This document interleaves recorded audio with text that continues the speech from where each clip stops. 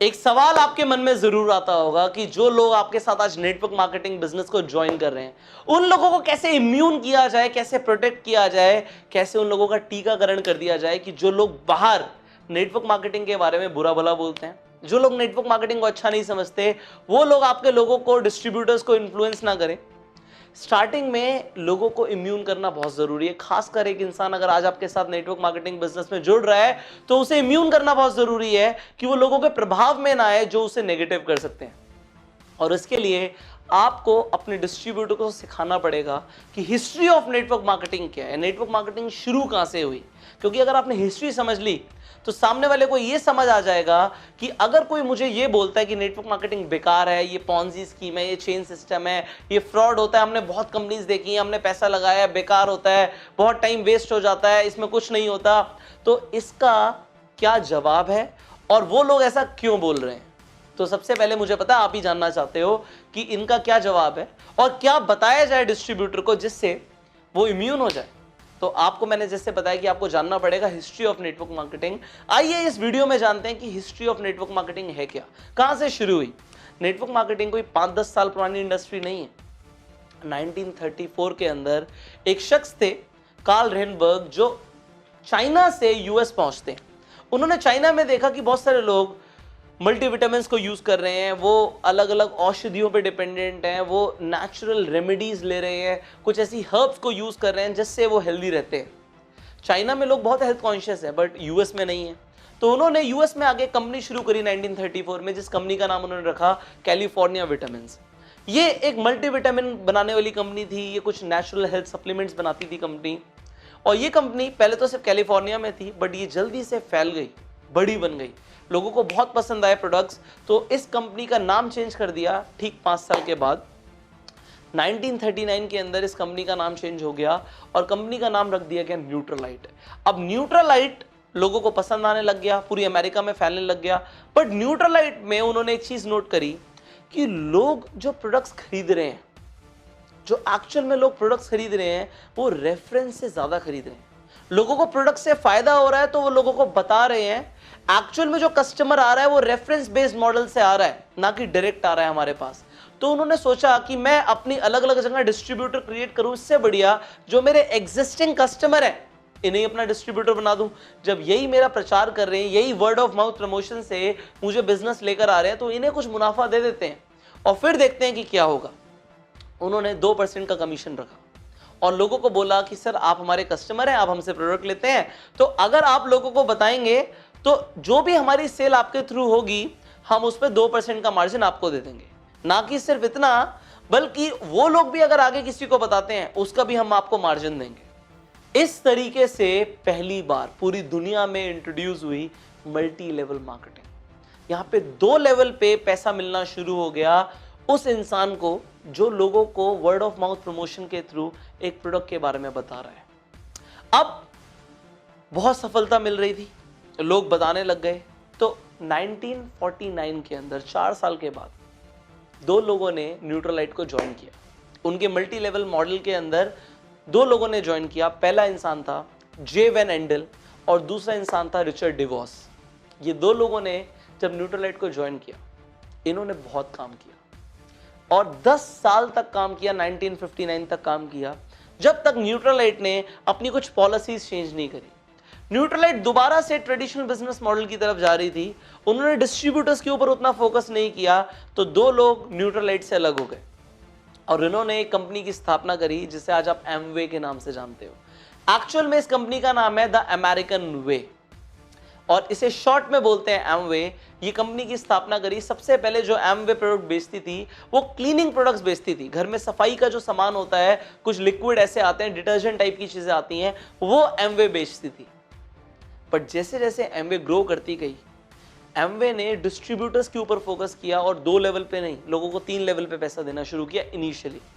उसके बाद उन्होंने बार बार अपने जो मार्केटिंग मॉडल थे चेंज करे जिससे डिस्ट्रीब्यूटर्स का फायदा हो। 1972 तक एमवे की ग्रोथ एक्सपोनेंशियल थी। ऐसी ग्रोथ और कंपनीज में देखी ही नहीं गई जितना पैसा एमवे ने कमाया।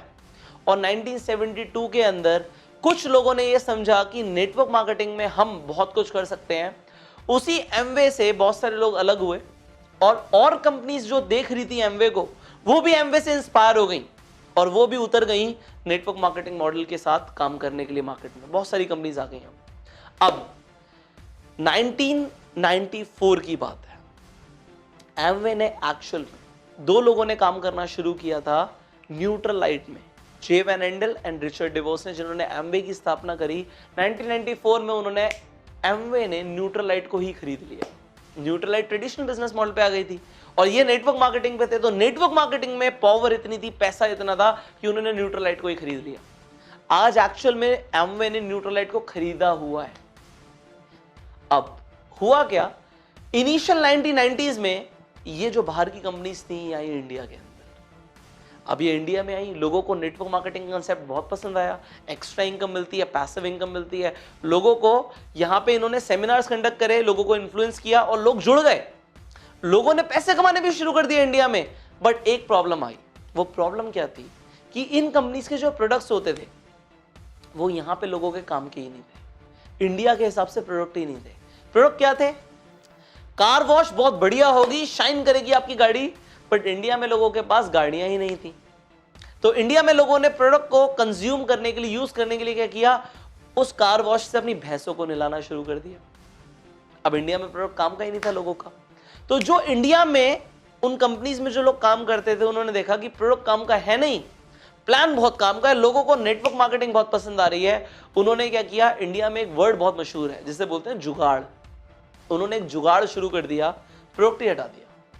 सिर्फ प्लान पे काम हो रहा है, पैसे लगाओ पैसे बनाओ, पैसे लगाओ पैसे बनाओ। और यहां से शुरू हुई चिट फंड कंपनीज। अब ये चिट फंड में क्या होता था, पैसा लगाओ पैसा बनाओ। पॉन्जी स्कीम्स आ गई, सिर्फ पैसा लगता जा रहा है, प्रोडक्ट नाम का कुछ है ही नहीं। इसके बाद लोगों को बहुत लॉस झेलने पड़े। क्यों? क्योंकि कंपनीज लोगों को एक्चुअल में पैसा लेके भाग गई। क्योंकि कुछ ऐसे लालची लोगों ने ये कंपनी शुरू करी थी, ये चिट फंड स्कीम्स, ये पॉन्जी स्कीम्स, जो सिर्फ अपना मुनाफा चाहते थे, लोगों का नहीं। वो मल्टी लेवल मार्केटिंग के थ्रू काम नहीं कर रहे थे, वो एक्चुअल में पॉन्जी स्कीम चला रहे थे। तो लोगों का बड़ा लॉस हुआ, खासकर साउथ इंडिया के अंदर और पंजाब साइड के अंदर इंडिया में लोगों का बहुत लॉस हुआ। ये सब जब हुआ लोगों के साथ, तो लोग नेटवर्क मार्केटिंग पे भरोसा नहीं कर रहे थे। बट फिर लोगों ने और अट्रैक्टिव स्कीम्स निकाल दी। प्रॉपर्टी के अंदर निवेश, गोल्ड के अंदर निवेश, वो भी मल्टी लेवल मार्केटिंग के थ्रू। उन्होंने बोला इन्वेस्टमेंट हो रही है, बट वो भी फर्जी था। एक्चुअल में जो अच्छी कंपनीज थी वो हाईलाइट नहीं हो पा रही थी, और जो लोग गलत कर रहे थे वो हाईलाइट हो रहे थे, हर जगह हाईलाइट हो रहे थे। आप जिंदगी भर लोगों का भला करते रहो, आप हाईलाइट नहीं होगे। आप किसी का गलती से भी मर्डर कर दो, आप अगले दिन अखबार में आ जाओगे। तो लोग जो गलत कर रहे थे वो हाईलाइट हो रहे थे, और अच्छी कंपनीज के बारे में कोई बात ही नहीं कर रहा था। लोगों ने समझ लिया कि नेटवर्क मार्केटिंग ठीक नहीं होता, ये हमें नहीं करना, क्योंकि ऐसी स्कीम्स के बारे में हर जगह सुनने में आ रहा था कि ये स्कीम्स गलत होती हैं। गवर्नमेंट ने भी इसके ऊपर एक्शन लिया और इंडिया में डायरेक्ट सेलिंग एसोसिएशन का भी निर्माण हुआ। बट गवर्नमेंट को हर चीज को ठीक करने में टाइम लगता है, ये स्कीम्स चलती रही। बट लोगों को जब इतना गलत लगने लग गया, लोगों को सुनने में आ गया कि गलत होता है, लोगों का विश्वास उठ गया नेटवर्क मार्केटिंग से। और आज भी अगर आप अपने फादर की एज के कोई इंसान से पूछोगे नेटवर्क मार्केटिंग कैसा होता है, तो वो लोग बोलेंगे बेकार होता है, हमने बहुत कंपनीज देखी, हमने स्कीम्स देखी हैं। तो ये वो स्कीम्स थी। बट इसके बाद क्या हुआ, इंडिया में एक्चुअल में ढंग की कंपनीज ने जन्म लिया, जो अपने प्रोडक्ट को लोगों तक पहुंचाना चाहती थी, और जिन कंपनीज ने मल्टी लेवल मार्केटिंग का सहारा लिया, क्योंकि उन्हें पता है मल्टी लेवल मार्केटिंग में बहुत पावर है। अगर कंज्यूमर को ही डिस्ट्रीब्यूटर बना दिया जाएगा, उसे पैसा दिया जाएगा, तो वो प्रचार करेगा। ये फंडामेंटल प्रिंसिपल है नेटवर्क मार्केटिंग का। उन्होंने काम करना शुरू किया, और इस बार अपनी स्कीम को पीछे रखा, अपने प्लान को पीछे रखा, और अपने प्रोडक्ट को आगे रखा। प्रोडक्ट के ऊपर बात हुई। आप देखोगे जो अच्छी कंपनीज है, उन्होंने अपने प्रोडक्ट को पहले आगे रखा और लोगों को बोला प्रोडक्ट ट्राई करो, प्रोडक्ट अच्छा लगे तो प्रमोट करना। ये होती है जेन्युइन कंपनीज। और आज आप देखिए मार्केट में इस तरीके की जेन्युइन कंपनीज ने नेटवर्क मार्केटिंग की छवि को दोबारा से सही करना शुरू कर दिया है। अब दोबारा से नेटवर्क मार्केटिंग में लोगों में अवेयरनेस आ गई है। गवर्नमेंट ने, डायरेक्ट सेलिंग एसोसिएशन ने नॉर्म्स लॉन्च कर दिए नेटवर्क मार्केटिंग कंपनीज के लिए कि ये अगर है, ये गाइडलाइंस लॉन्च कर दी है हमने, ये गाइडलाइंस अगर कंपनी फॉलो कर रही है तो कंपनी ठीक है। एंड फाइनली नेटवर्क मार्केटिंग में अगर आप ऐसी कंपनी के साथ हैं या आपने किसी ऐसी कंपनी के बारे में सुना है जहां पे अच्छे प्रोडक्ट्स हैं, अच्छा कल्चर है, अच्छे प्लान है, तो वहां पे आप काम करके अपना फॉर्च्यून बना सकते हो। और अगर प्रोडक्ट ही नहीं है, हवा में बातें हो रही हैं, तो वो एक पॉन्जी स्कैम है, ये आप समझ लीजिए।